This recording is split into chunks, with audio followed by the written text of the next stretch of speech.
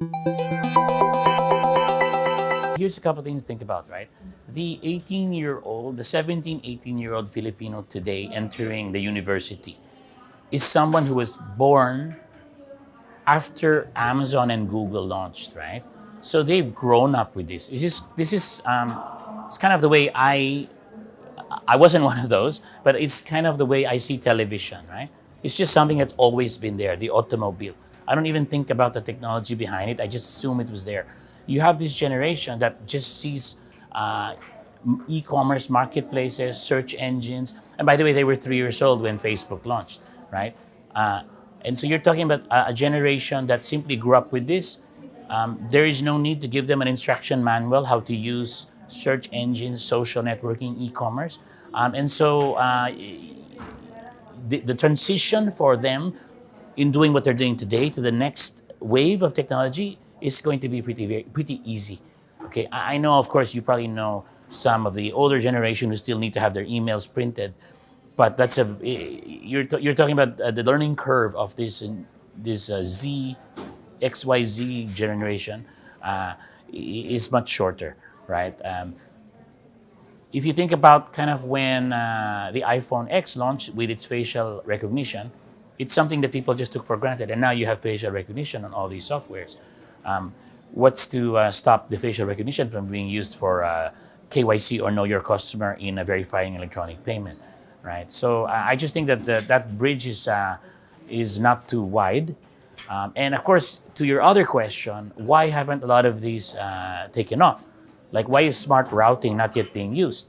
Why are we not using facial recognition? For example, when I enter a building, why do I have to sign in, right? And I think the reason for this is because the Philippines is at an earlier stage in this advancement, in this adoption of technologies, in this curve, right?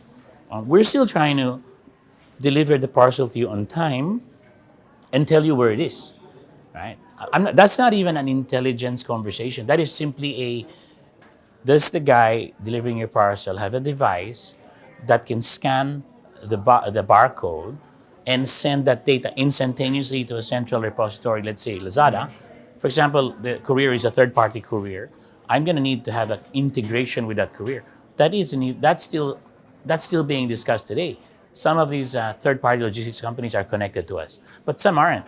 Some have no what they call APIs to connect to, right? So I would say we're kind of in this stage where people are still building the basic building blocks, such as APIs. And APIs, by the way, is not an intelligence conversation. It's not even an algorithm conversation. It's just a basic connectivity, right? Once you have all these APIs out there, and then systems will start talking to each other, and then start throwing intelligence on top of it. If I can't tap into databases of information such as traffic routes, policies, government policies, for example, any geographic information, geolocation information for, let's say, homes, addresses. Unless I can start tapping into this, it's very hard to run intelligence on top of it. I'm gonna confine kind of my commentary to kind of the space I know the best, right? Which is sort of that triangle of e-commerce, payments, and logistics. When I look at this, I think I see three trends. One, on payments. We see a very strong move towards electronic payments. There is a electronic payments roadmap that is running in the Philippines now, and you have these two electronic clearinghouses, PesoNet and InstaPay, that are connecting all the financial institutions as well as electronic wallets. Okay, I think it's very hard to predict. It's hard to imagine what the world looks like when that happens, but that would be very, very much a game changer. Because suddenly, if it becomes very easy for me to buy, let's say, office equipment without having to withdraw cash, to pay each other without any fear of the money having to get stuck in the system, you unlock a lot of opportunity, a lot of downstream opportunity. You enable services where there are micropayments. Think of platforms like Gawin.ph, freelancer.com, but you enable this in a very an exponential way, right? Because once a service provider, a content provider, anyone who's offering a service that is either digital or one where he doesn't need to be present necessarily to accept a cash payment, or one where he would like to be paid prior to rendering the service or beginning to render the service. Once you enable a very integrated electronic network, a payment network, you really unlock a lot of this, right? And it's very hard to see until that happens, right? On logistics side, I think what you're going to start to see is smart routing. Today, finding an address in the Philippines is very, very difficult. Sometimes you just have a barangay or just a street.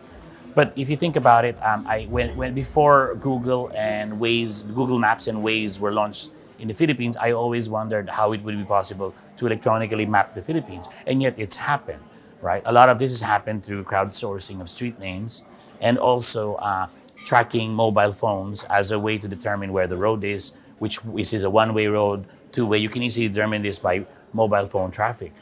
But then if you think about it, when one of our couriers delivers a parcel, in theory, he can tag your address, right? So, which means that, and that could be made public or private, doesn't matter. The point is that any future delivery doesn't have to know your exact address. They just need to know where your PIN is. But then imagine now that you're a courier and you're gonna go on your daily route, and everything on your daily route is pinned. Then you have smart routing, right? You can use intelligence algorithm to determine the best way to deliver that parcel. You've therefore increased efficiency, less likelihood of delivering, not finding the address, but also a much faster way of delivering to these addresses, right? I mean, the last one is on the e-commerce side. It's still early days here, but in China, in Tmall, you see a lot of what we call augmented reality. So the ability, for example, when you're buying a lipstick, to choose a shade, and then your face is scanned, and as you pick it, it appears on your face.